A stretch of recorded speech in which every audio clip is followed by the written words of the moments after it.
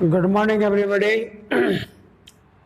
In the atomic structure, in the previous video, we have already discussed about the quantum number.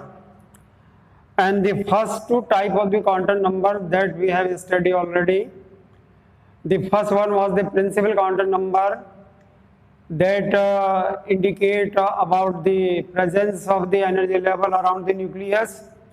And the second was the azimuthal quantum number, where we study about the MBR is equal to NH upon 2 pi. It means around the nucleus, if the azimuthal quantum number is well known for a given atom, then we can study about the sub-energy level. So to study the sub-energy level, it is necessary to know about the azimuthal quantum number. Now the third category of the quantum number today, the third quantum number, and that is the magnetic. So it is the magnetic quantum number. So what is the magnetic quantum number? You know, electron itself act as a magnet. हम पहले जो हमारे atomic models हैं उनमें लगभग इस बात को हमने पढ़ चुके हैं कि इलेक्ट्रॉन स्वयं एक चुंबकीय कण है, ठीक है। तो चुंबकीय कण से ही उसकी जो मैग्नेटिक क्वांटम नंबर जो है वो आता है, और ये चुंबकीय क्वांटम नंबर जो होता है वो स्मॉल m से डिनोट इसको हम यहाँ पे करते हैं m।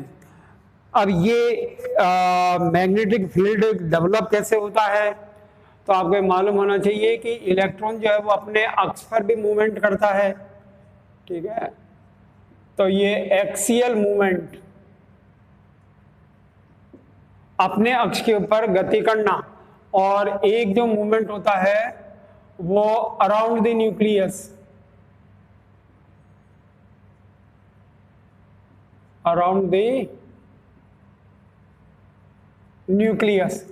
तो अराउंड द न्यूक्लियस और एक्सियल मूवमेंट, इन दोनों का जो रिजल्ट है ये मैग्नेटिक रेडिएशन को जनरेट करता है, और उसी मैग्नेटिक रेडिएशन से इलेक्ट्रॉन की पोजीशन को फाइंड आउट किया जा सकता है कि नाभिक के चारों ओर उसकी स्थिति क्या होगी। तो उपकक्ष में कक्षकों की संख्या, ठीक है, नंबर ऑफ ऑर्बिटल इन सब एनर्जी लेवल, ये चुंबकीय क्वांटम संख्या हमको ये बताएगी, ठीक है। देखिए एन जो होता है वो तो ऊर्जा स्तर हो गया, एनर्जी लेवल। उसके बाद फिर जो है ना सब एनर्जी लेवल में आए, और सब एनर्जी लेवल में भी फिर अब हम आगे डीपली स्टडी करेंगे कि ये जो ऑर्बिटल्स वाली जो पोजीशन है वो नाभिक के अंदर किस प्रकार से बनती है। ऑर्बिटल अर्थात कक्षक, और यही कक्षक को जब आप डिफाइन करते हैं तो ऐसा बताया जाता है, और to know the position of the electron around the nucleus can be specify in the form of electron cloud. So the more possibility to finding the value of this psi, ये जो साई की वैल्यू है ना, इस साई की value को अधिकतम संभावना वाला क्षेत्र जो होता है उसी को हम यहाँ पर कक्षक के नाम से जानते हैं। तो चुंबकीय क्षेत्र में ऊर्जा का क्वांटीकरण होता है, ठीक है, और उस क्वांटीकरण से m जो होता है हमारा मैग्नेटिक क्वांटम नंबर, ये 2l+1, ठीक है, अधिकतम। और इसलिए इसकी जो नेचर है m की वो हमेशा आपके माइनस से शुरू होती है, उसके बाद फिर 0 की तरफ जाएगी और फिर प्लस की तरफ जाएगी। तो ऋणात्मक वैल्यू से 0 और 0 से धनात्मक, और ये एल के ऊपर निर्भर करता है कि एल की वैल्यू कितनी होगी, वो एम आपका डिसाइड करेगा। इसका मतलब कि एम के लिए न्यूनतम मान 3 होना आवश्यक है। देखिए 3 अंक होंगे ना, तभी तो एक अंक माइनस में, फिर 0 में और फिर प्लस में आएगा। तो minimum value to determine the magnetic quantum number, it is necessary that the total number of m should be 3. It may more than 3, but at least the 3 should be there. तो अब देखिए, इसको आप इस तरह से बता सकते हैं कि अगर हम L का मान L इज इक्वल टू जो है वो अगर 0 रखा जाए, ठीक है, तो यहाँ पर m का कोई सिग्निफिकेंस नहीं होगा, क्योंकि जब ये 0 हो जाएगा तो ये 1 के मान आएगा इसमें, ठीक है ना। अब L इज इक्वल टू अगर 1 रखा जाए, ठीक है, तो अब यहाँ पर m की वैल्यू क्या होगी?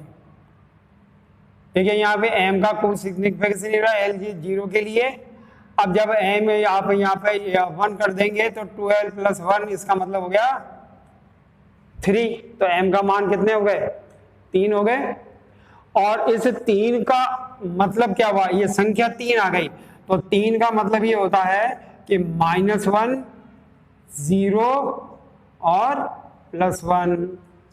तो L इज इक्वल टू 1 होने पर m का मान जो है ना सूत्र के अनुसार 3 आता है, और इस 3 का अर्थ होता है -1, 0 और +1।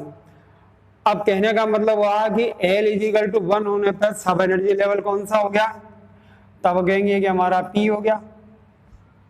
L का L बराबर 1 के लिए क्या होता है, और L इज इक्वल टू 0 होता है, तो सब एनर्जी लेवल क्या हो जाता है? S हो जाता है, ठीक है। ये तो P के लिए इलेक्ट्रॉन जो है ना वो 3 कक्षकों में मूवमेंट करेगा, और ये जो तीनों कक्षक हैं यही आगे चल करके Px, Py और Pz ये 3 नाम से जाने जाएंगे, ठीक है। जब ये 3 हुआ तो कहते हैं कि Pz इज इक्वल टू ये डंबल स्ट्रक्चर्स है, और ये डंबल संरचना जो है ना वो सिंगल डंबल ही बनेगी, यहाँ पर एकल डंबल। और ये माइनस और +1 जो होते हैं ये Px और Py के लिए होते हैं, तो Px Py के लिए ±1 और Pz के लिए ये वैल्यू हो जाती है 0, ठीक है। अब इसी तरह से आप आगे बढ़िए D में, तो D L is equal to क्या हो जाएगा? 2, तो ये कितने हो गए? M इज इक्वल टू 5, और इस 5 का मतलब क्या हुआ? -2, -1, 0, +1 और +2। ये इस 5 का अर्थ होता है। ये 5 संख्याएं हो गई, और इस तरह से -2, -1 और +1 और +2 और 0 मिलकर के 5 कक्षक बनाए जाएंगे। तो D के अंदर कक्षकों की संख्या हो गई 5, P के अंदर कक्षकों की संख्या हो गई 3, ठीक है।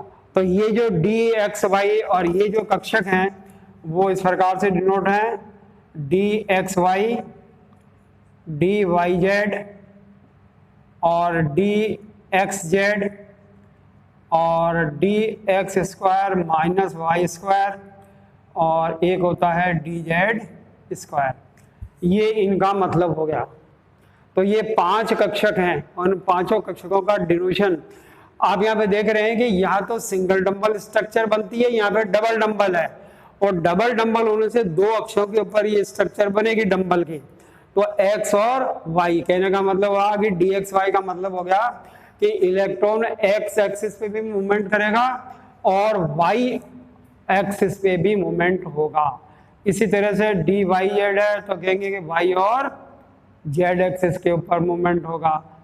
और वो जो DZ² है वो ये बताता है कि दोनों ही डंबल जो हैं वो Z अक्ष के ऊपर ही बनते हैं। तो ये D कक्षक की स्थिति हो गई। आगे बढ़िए, इसमें F के लिए L इज इक्वल टू 3, तो वैल्यू कितनी आ गई यहाँ पर? ये 7 हो गया। और जैसे वैल्यू 7 आती है तो ये -3 से शुरू हो जाएगा, -3, -2, -1, 0, +1, +2 एंड +3।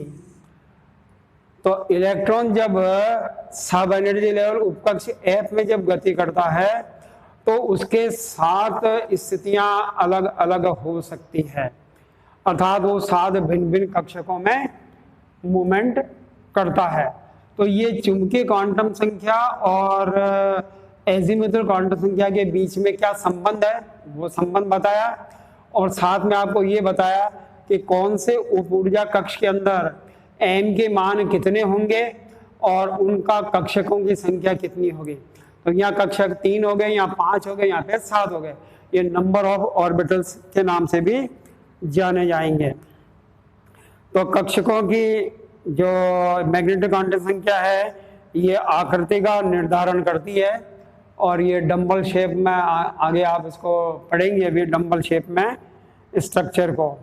तो ये मैग्नेटिक क्वांटम संख्या जिसके द्वारा कक्षकों की स्थिति और कक्षकों का ज्योमेट्री अर्थात डंबल और द्विडंबल स्ट्रक्चर के बारे में।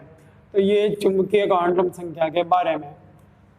अब हम अंतिम क्वांटम संख्या, चौथी क्वांटम संख्या जिसे बोल रहे हैं हम, उसको हम स्टडी करते हैं। और ये जो चौथी क्वांटम संख्या है ये स्पिन क्वांटम संख्या कहलाती है।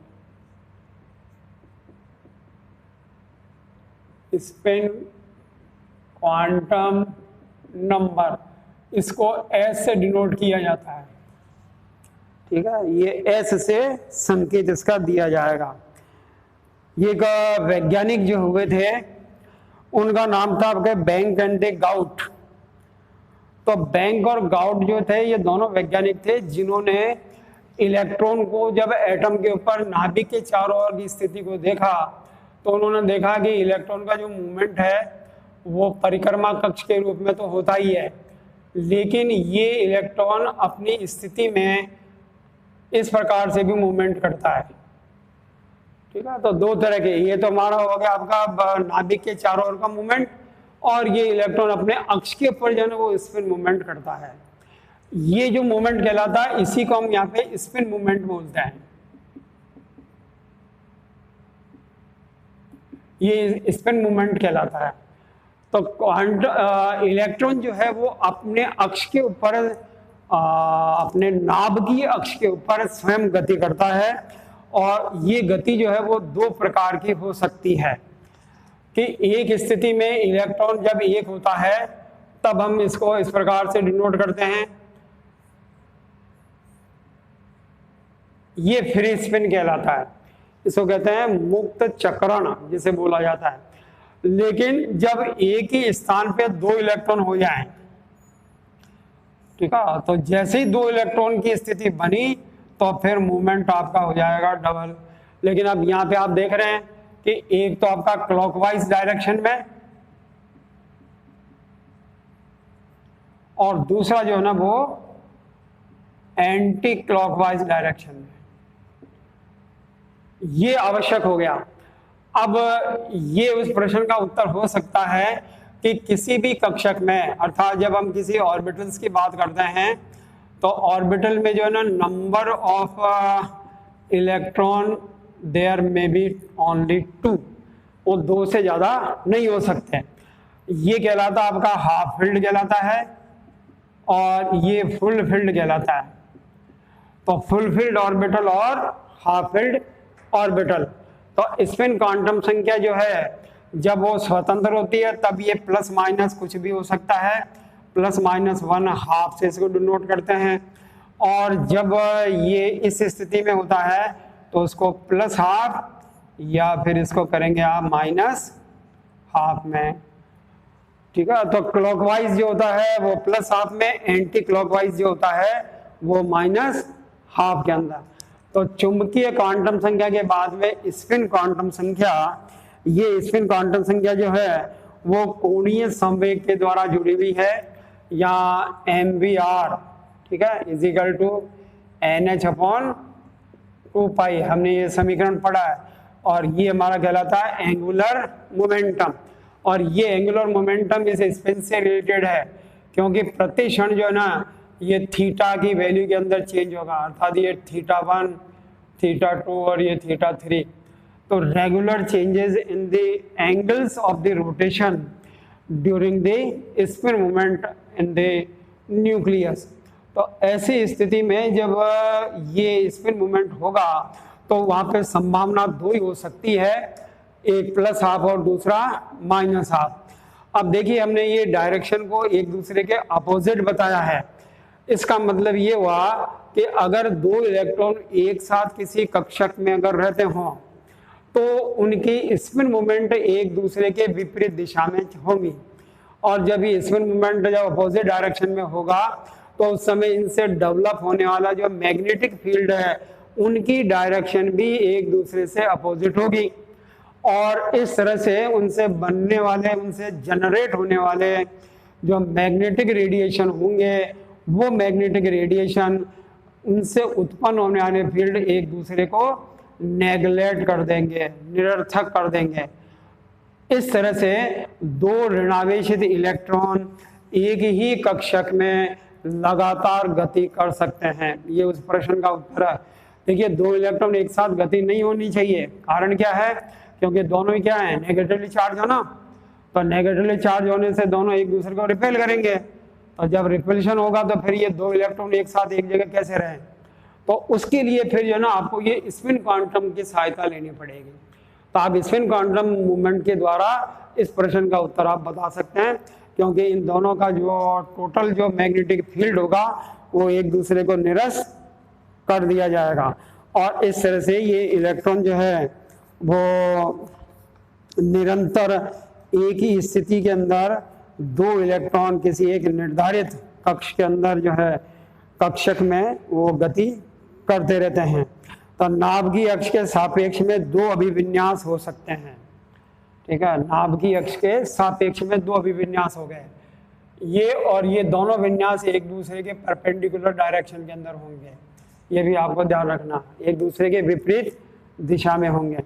तो किसी भी कक्षक में दो से अधिक इलेक्ट्रॉन नहीं हो सकते हैं। तो ये स्पिन क्वांटम संख्या के